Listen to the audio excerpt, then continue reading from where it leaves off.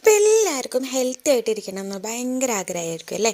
അപ്പോൾ നമ്മൾ ഷുഗറൊന്നും ഇല്ലാണ്ട് നല്ല അടിപൊളിയായിട്ട് ഹെൽത്തി ആയിട്ടുള്ള ഒരു മിൽക്ക് ഷേക്ക് ആവുന്നത്. അപ്പോൾ അതിനായിട്ട് ഒരു റോബസ്റ്റ് എടുത്തിട്ടുണ്ട്, പിന്നെ 2 സ്ട്രോബെറി, പിന്നെ ഒരു 5 ബദാം, ഒരു 3 ഡേറ്റ്സ്. അപ്പോൾ ഇത്രയാണ് നമ്മൾ എടുത്തിട്ടുള്ളത് കേട്ടോ. അപ്പോൾ ഇതെല്ലാം കൂടി നമുക്കിതാ ഇതുപോലെ ഒന്ന് കട്ട് ചെയ്തിട്ട് നമ്മൾ മിക്സിൻ്റെ ജാറിലേക്ക് ഇട്ട് കൊടുക്കുക. അപ്പോൾ ആദ്യം ഞാൻ പഴം ഇട്ട് കൊടുത്തിട്ടുണ്ട്, പിന്നെ അതിന് ശേഷം സ്ട്രോബെറി ഒന്ന് കട്ട് ചെയ്തിട്ട് കൊടുത്ത്, പിന്നെ നമ്മളിതാ ഈത്തപ്പഴത്തിൻ്റെ കുരുവൊക്കെ മാറ്റിയിട്ട് അതും കൂടെ ചേർത്ത് കൊടുത്തിട്ടുണ്ട്.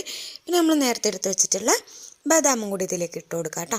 അപ്പോൾ ഇതിലെന്ന് വെച്ചാൽ നമ്മൾ വേറെ എന്താ പറയുക അഡീഷണലായിട്ട് ഷുഗറോ കാര്യങ്ങളോ ഒന്നും ചേർക്കണില്ല കേട്ടോ. പിന്നെ നമുക്കിതിന് ആവശ്യത്തിനുള്ള പാലും കൂടി ചേർത്ത് കൊടുക്കുക. അപ്പോൾ ഞാനിപ്പം ഒരു ഗ്ലാസ്സിലേക്കുള്ള അളവാണ് എടുത്തത്. പിന്നെ കൂടുതൽ വേണമെങ്കിൽ ഇൻഗ്രീഡിയൻസ് ഒക്കെ ഒന്ന് കൂട്ടിയെടുത്താൽ മതി കേട്ടോ. അപ്പോൾ ഇതൊന്ന് മിക്സീൻ്റെ ജാറിലിട്ട് നല്ലോണം ഇതൊന്ന് അടിച്ചെടുക്കാം. അപ്പോൾ നമ്മളിതായത് ഇതൊക്കെ ഒന്ന് അടിച്ചെടുത്തിട്ടുണ്ട്. അപ്പോൾ സ്ട്രോബെറീൻ്റെ ഒരു കളറൊക്കെ വന്നിട്ടുണ്ട് കേട്ടോ, ഒരു ലൈറ്റ് പിങ്ക് കളറിൽ. ഇപ്പോൾ ഇങ്ങനെ ക്യാമറയിൽ കാണുന്നുണ്ടോ അറിയില്ല, എന്തായാലും ഒരു ലൈറ്റ് പിങ്ക് ഷെയ്ഡൊക്കെ വന്നിട്ടുണ്ട്. സംഭവം നല്ല അടിപൊളിയാണ്. അപ്പോൾ ഞാൻ ഒരു ജ്യൂസ് ഗ്ലാസ്സിലേക്ക് മാറ്റാണ് കേട്ടോ ഇത്. അപ്പോൾ ഇതെല്ലാവരും ഒന്ന് ട്രൈ ചെയ്ത് നോക്കാം. സ്ട്രോബെറി ഒക്കെ ഉള്ള ടൈമിൽ ഇതൊക്കെ ഒന്ന് ട്രൈ ചെയ്ത് നോക്കാം.